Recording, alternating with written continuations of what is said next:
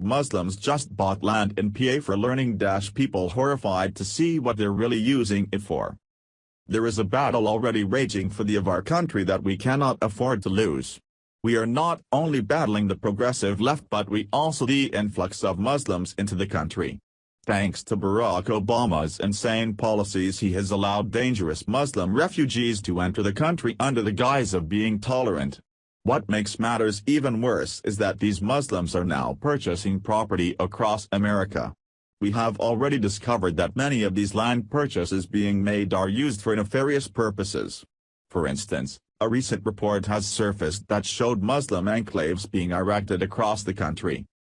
These enclaves are ruled by Sharia law and are in 9 different states across America. These states are Alaska, California, New York, Texas, Michigan, Virginia, South Carolina, Georgia, and Tennessee. Now, it is quite possible that the state of Pennsylvania may be entered on the list. The residents of Pennsylvania are in shock after what just took place in their state. An Islamic group from New Jersey has placed a winning bid on a 145-acre property in Pennsylvania. The group that purchased the property is called Sharia Educational Services of North America and it is an Islamic educational consulting firm. Now, the residents of Shenango Township are pretty upset over this purchase and rightfully so.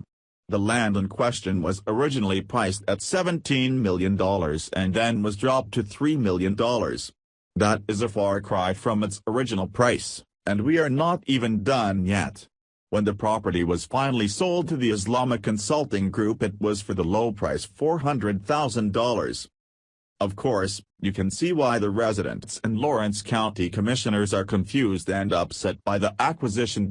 Earlier this month, Shenango Township supervisors penned a letter to Pennsylvania's Department of General Services Bureau of Real Estate voicing their concerns. The letter asked for more information about who bought the property and of course what their intentions are for it.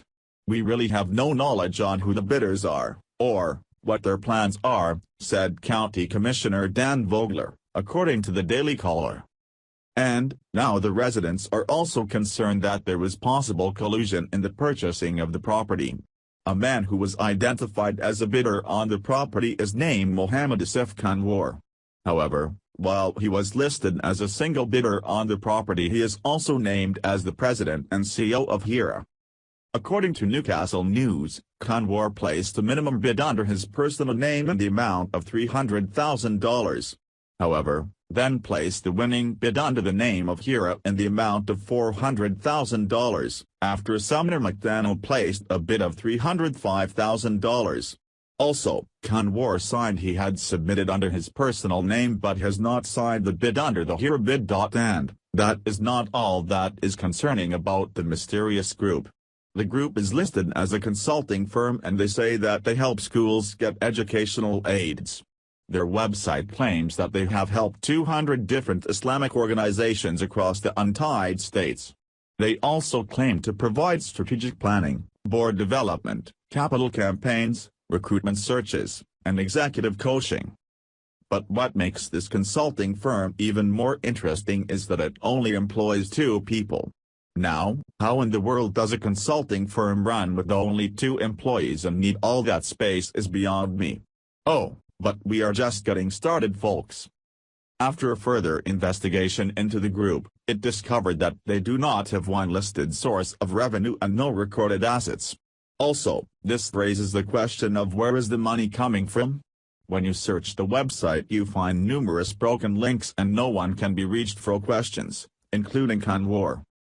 Since no one can be reached at the consulting firm, the residents of Pennsylvania are wondering if this will be another jihad training camp. I can honestly see why they would think that. The entire purchase of the land is highly suspicious and no one can get a hold of the Kanwar to ask any questions. We already have enough issues in this country that we do not need another jihad training camp in our backyard. In my opinion, they should just cancel the sale and start over with the real estate agent handling the selling process. I cannot even believe that this is happening in our country. Considering the recent acts of terrorism overseas, we should not have anyone making this sort of purchase that is Muslim. We need to protect our country and our citizens and not allow these people to potentially train more jihadists to kill Americans on our own soil.